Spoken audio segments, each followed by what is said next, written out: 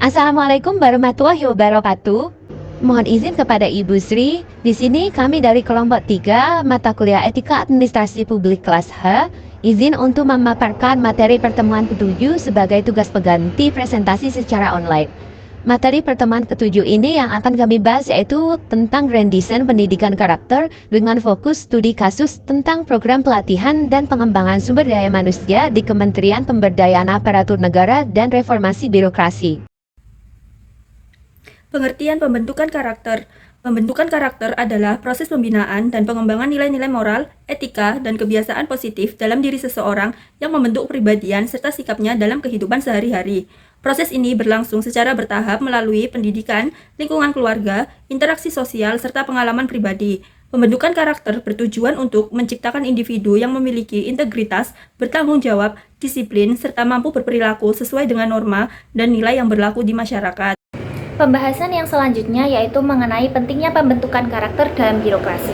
Pembentukan karakter dalam birokrasi menjadi sebuah hal penting yang dimana pembentukan karakter ini sendiri mampu mempengaruhi sebuah kualitas pelayanan publik yang ada di dalam birokrasi dan efektivitas organisasi tersebut, serta memberikan hubungan antara pemerintah dan juga masyarakat.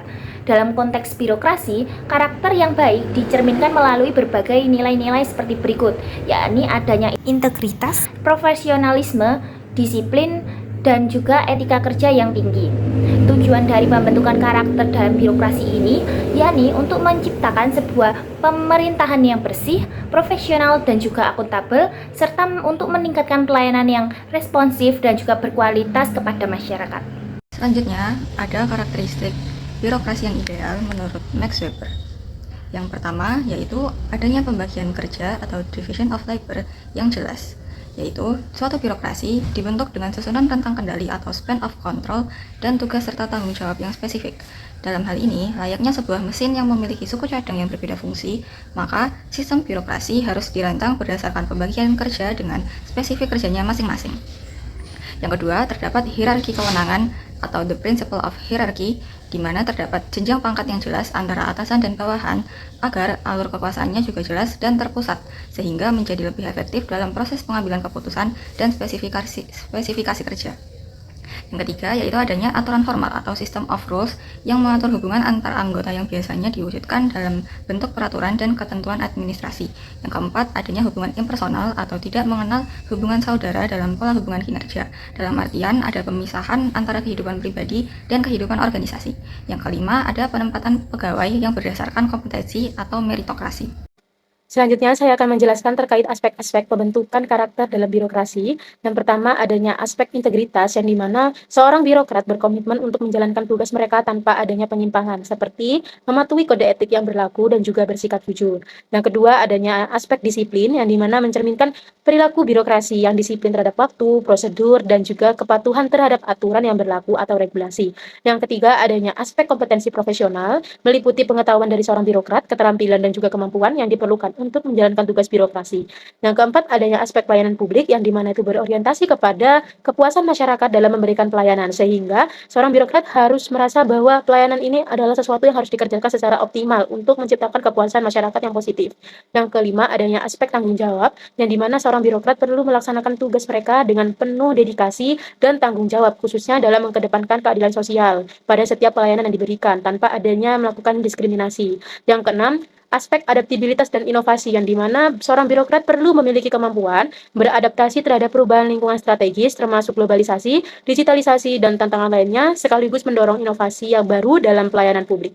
Selanjutnya yaitu tentang studi case. Kelompok kita mengambil tentang program pelatihan dan pengembangan SDM di Kementerian Pemberdayaan dan Aparatur Negara dan Reformasi Birokrasi atau Kemenpan RB.